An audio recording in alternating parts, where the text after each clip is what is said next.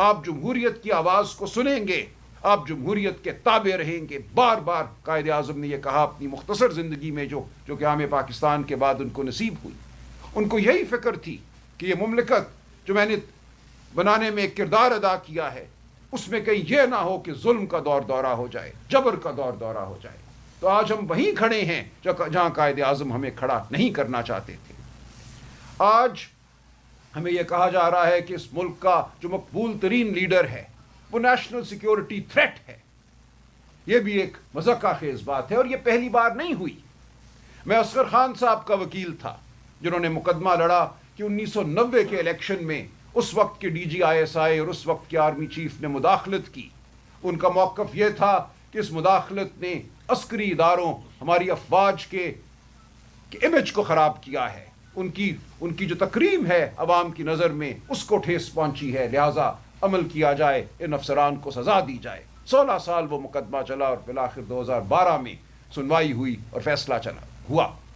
اس مقدمے کے دوران میں آپ کو بتاتا چلوں، اس وقت کے D G I S I Asad Durrani صاحب نے ایک ایفیڈیوٹ فائل کیا جس میں انہوں نے یہ کہا کہ ہاں، ہم نے 1990 کے الیکشن میں مداخلت کی تھی، ہم نہیں چاہتے تھے کہ بے نظیر بھٹو دوبارہ ملک کی وزیر اعظم بنے، ہم نہیں چاہتے تھے کہ پیپلز پارٹی کا وجود رہے، ہم فیصلہ کر چکے تھے کہ پیپلز پارٹی اور بے نظیر بھٹو نیشنل سیکیورٹی تھریٹ ہے۔ لکھ کر یہ ایفیڈیوٹ انہوں نے عدالت میں دائر کیا۔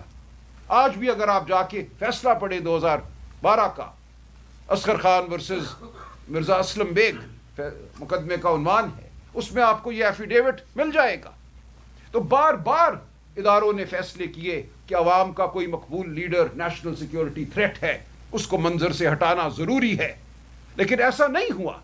آپ عوام کے دلوں سے ان کے کیے گئے فیصلوں کو نہیں ہٹا سکتے۔ پاکستان کی عوام باشعور ہے، ہمیشہ باشعور رہی ہے۔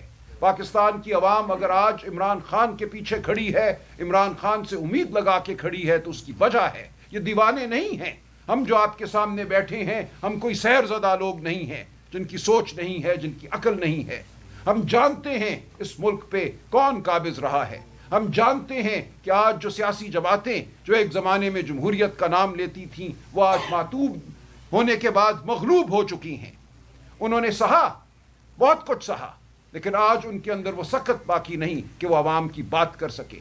وہ سر جھکائے نوکری کر رہی ہیں۔ پاکستان کی عوام جانتی ہے کہ ایک ہی پارٹی ہے اور ایک ہی شخص ہے، اور اس کے ساتھ اس کے اتحادی ہیں جو پاکستان کے عوام کی بات کرنے کی طاقت رکھتے ہیں، جو یہ کہہ سکتے ہیں کہ ہم نے پاکستان کی عوام کو نوکری دینی ہے، یہ ریاست کی ذمہ داری ہے کہ نوکری ملے۔ چند دن پہلے ہمارے آج کے وزیر خزانہ صاحب نے کہا کہ یہ ریاست کی ذمہ داری نہیں ہے کہ عوام کو نوکریاں دے۔ یہ افسوس کا مقام ہے۔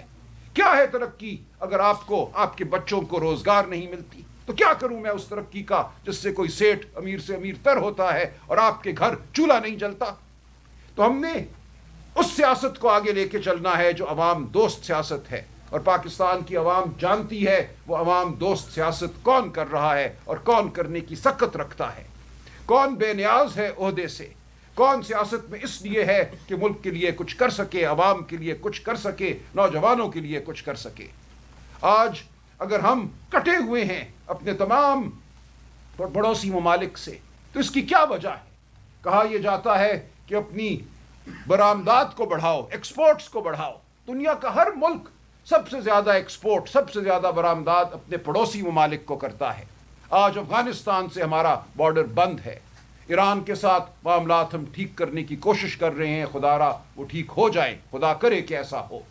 بھارت کے ساتھ جو معاملات ہیں وہ ہیں، لیکن ایک پورا مجموعی طور پہ جب ہم ایک تناظر دیکھتے ہیں اس خطے کا، تو ہمیں نظر آتا ہے کہ جو جبر کے ادوار میں فیصلے کیے گئے ان کا خمیازہ ہم آج بھی بھگت رہے ہیں۔ جب تک عوام کی فلاح کو سامنے رکھ کر فیصلے نہیں ہوں گے، اس بدلتے ہوئے جیو پولیٹیکل تناظر میں، اس بدلتے ہوئے معاشی ایک جو نظام کا جو بدلاوا آ رہا ہے، اس کو سامنے رکھتے ہوئے تو کچھ نہیں ہوگا۔ آپ ایک مارکا جیت کر پاکستان کو فلاح کی جانب نہیں لے کر جائیں گے۔ کوئی ملک آپ سے ہاتھ ملا کر اگر آپ کی جانب چند بلین ڈالر پھینک بھی دیتا ہے تو اس سے پاکستان کے کروڑوں نوجوانوں کو نوکریاں نہیں ملیں گی۔ پاکستان کی معیشت، ہماری اکانومی، جی این پی اس کی آج بھی 300 بلین سے زیادہ ہے، اس کو 1000 بلین ہونا چاہیے تھا، لیکن 300 بلین سے زیادہ آج بھی ہے. اگر کوئی 6-8 بلین ڈالر آپ کی طرف پھینک بھی دیتا ہے اور اس سے آپ نئے کوئی کھلونے خرید لیتے ہیں تو پاکستان کی عوام کو کیا فائدہ ہوگا؟ جب تک پاکستان کی عوام پاکستان کے ایوانوں میں نہیں گونجے گی، پاکستان کی اسمبلیوں میں نہیں گونجے گی، وزیر اعظم ہاؤس میں نہیں گونجے گی، اس وقت تک پاکستان کے عوام کی فلاح ممکن نہیں ہوگی. آپ نے 16 سیٹیں جیتنے والی ایک پارٹی کو حکومت دے دی، پھر آپ نے کہا کہ یہ اب پاکستان کی فلاح کے منصوبے بنائیں گے. یہ ممکن نہیں ہے. جھوٹ اور فریب پر کھڑا نظام کبھی بھی دیر پا نہیں ہوگا. پاکستان کی عوام کبھی بھی اس نظام کو قبولیت نہیں بخشیں گے، اور آخری قبولیت وہی ہے اللہ تعالیٰ کی قبولیت کے بعد جو عوام کی طرف سے آئے. کسی اور کی قبولیت کا کوئی مطلب نہیں ہے. تو ہم آپ کے سامنے بیٹھے ہیں. کل کی پریس کانفرنس کا کوئی جواب دینے نہیں، وہ ایک افسوسناک گفتگو تھی، اس طرح بھی نوعیت کی گفتگو تھی. اس میں نہ کوئی ایسا پرمغز کوئی بیانیہ تھا جس کا جواب دیا جائے. وہ ایک دشنام درازی تھی، الزامات تھے. ہم اس کا جواب نہیں دیں گے.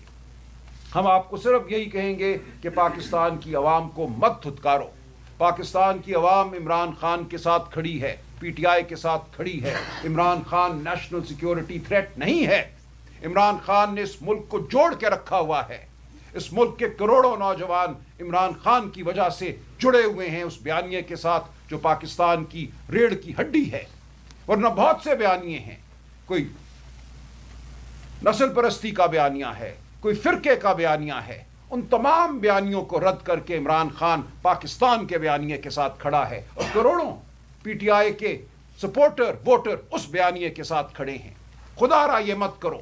عمران خان کو مائنس آپ نہیں کر سکو گے، لیکن خدا نخواستہ اگر آپ ایسا کرتے ہو تو اس ملک کے شیرازے کو اکٹھا رکھنا بہت مشکل ہوگا. خیبر پختونخوا پہ اگر آپ حملہ کرتے ہو، وہاں اگر آپ منتخب حکومت کو ہٹا کر وہاں کی عوام پر مسلط کرتے ہو ایک غیر منتخب نظام، تو پھر آپ خود جو حالات ہوں گے ان کے ذمہ دار ہوگے. خیبر پختونخوا کی عوام غیور ہے، وہ اپنے فیصلے خود کرتے ہیں، وہ قبائلی عوام ہوں یا دیگر علاقوں کے عوام ہوں. آپ ان کو دھتکار نہیں سکتے. آپ ان کے وزیر اعلیٰ کے حوالے سے ہرزہ سرائی نہیں کر سکتے. کوئی بھی گفتگو ہوئی ہو، آپ کو گفتگو نامناسب لگی ہو، ہم بات کرنے کو تیار ہیں. بیانیے کی جنگ میں خدا کے لیے پاکستان کے مستقبل کو داؤ پر مت لگاؤ. خیبر پختونخوا صوبے کو داؤ پر مت لگاؤ. یہ ایک انتہائی حساس علاقہ ہے. اس وقت جو حالات ہیں، جو دہشت گردی کی صورتحال ہے، اس میں عوام کو ساتھ لے کر چلو. پی ٹی آئی اس وقت سب سے بڑی طاقت ہے ملک کی، جو ملک کو فلاح کی جانب لے جا سکتی ہے. ملک کے عسکری اداروں کی سب سے بڑی طاقت میں کہوں گا پی ٹی آئی ہے. کوئی فوج جنگ نہیں جیتتی جب تک اس کے ساتھ اس ملک کے عوام نہ ہوں. اس ملک کے عوام کی آواز پی ٹی آئی ہے، عمران خان ہے. ہمارے بغیر کوئی جنگ نہیں جیتی جا سکتی. پاکستان کے عوام کے بغیر کوئی جنگ نہیں جیتی جا سکتی. جنگ 1 دن کا، 2 دن کا، 3 دن کا مارکا نہیں ہے. یہ ایک بہت بڑی جد و جہد ہے. اس بڑی جد و جہد میں اداروں کو اور عوام کو ساتھ چلنا ہے. اب بھی موقع ہے کہ اس ملک میں انتشار پیدا نہ ہو. ہمیں روز سوشل میڈیا کہتا ہے بزدل کے عادت، لایا عمل دو، یلغار کا اعلان کرو. کیوں نہیں کرتے؟ کیوں بیٹھے ہو؟ کیوں صبر کیے بیٹھے ہو؟ ہم بیٹھے ہیں اس لیے کہ ہمیں پاکستان عزیز ہے. ہم نہیں چاہتے کہ پاکستان میں انتشار ہو. ہم نہیں چاہتے کہ ہمارے بچوں پر گولیاں چلیں، وہ شہید ہوں. ہم چاہتے ہیں کہ بیٹھ کر مکالمہ ہو اور ہم اس جانب بڑھیں جو سچائی کی منزل ہے، جو عوام کی آواز ہے. اس کے مطابق ہم فلاح کو ڈھونڈیں، اور ہم سب اکٹھے بیٹھ کر یہ کر سکتے ہیں. اگر آپ بات کرو گے تو آپ دیکھو گے کہ یہاں تجربہ بھی ہے، یہاں دانش بھی ہے، اور سب سے بڑھ کر یہاں وہ چیز ہے جو آپ کے پاس نہیں ہے، لیجٹمیسی ہے، عوام کی طاقت ہے، عوام کی تائید ہے. تو آپ سے گزارش یہ ہے اور آپ کو تنبیہ بھی ہے کہ خدا کے لیے پاکستان کو مت دھکیلو تاریکیوں کی جانب. یہ بہت بار ہو چکا. ڈیکیڈ آف ڈیولپمنٹ بہت بار بنائی جا چکی. بہت بار بین الاقوامی ایکسپرٹ آئے، معاشی ایکسپرٹ آئے، چارٹ لے کر آئے، پاور پوائنٹ لے کر آئے. بہت بار یہ ہوا کہ بس اب سب ٹھیک ہو گیا، اب اڑان یقینی ہے. کبھی بھی اڑان نہیں ہوئی. آج پھر ہم وہیں کھڑے ہیں. وہی غلطی آپ پھر دہرانے جا رہے ہو. تو یہ مت کرو. جو لوگ اس ملک کے ہمدرد ہیں، محب وطن ہیں، ہم آپ کے سامنے موجود ہیں. ہم اس ملک کے لیے، اس ملک کی فلاح کے لیے ہر وہ قدم اٹھائیں گے جو ضروری ہے. ہم کوئی اس ملک کے مخالف نہیں ہیں. ہم ضامن ہیں اس ملک کے، اور ہماری ضمانت ہے کہ پاکستان کی فلاح کے لیے عمران خان ہر وہ قدم اٹھائے گا جس کی ضرورت ہے، پی ٹی آئی ہر وہ قدم اٹھائے گی جس کی ضرورت ہے۔ تو انتشار کی کوئی ضرورت نہیں ہے، لوگوں کو مارنا دھاڑنا جو آپ نے 9 مئی کے بعد کیا، چادر چار دیواری کو جس طرح پامال کیا، میں آج بھی روتا ہوں رات کو، بچوں کو میں نے جیلوں میں بند دیکھا، بیویوں نے مجھے تھپڑوں کے نشان دکھائے گھروں میں۔ آپ نے یہ سب کچھ کیا، جھوٹے مقدمے بنائے، عدالتوں سے جھوٹی سزائیں دلوائیں۔ اب بس کرو، اب یہ آگے یہ قوم اس کی متحمل نہیں ہو سکتی، یہ اس قوم کا مقدر نہیں تھا، اس لیے یہ پاکستان نہیں بنا تھا۔ تو ہم اس لیے آپ کے سامنے آج حاضر ہوئے ہیں کہ معاملات کو تناظر میں رکھا جائے۔ اینٹ کا جواب، جیسا گور صاحب نے کہا، پتھر سے دینا بہت آسان ہے، لیکن اس میں ملک کی فلاح نہیں ہے، ہم ایسا نہیں کریں گے۔ بہت شکریہ۔ اسد کیسر صاحب، اسد کیسر صاحب۔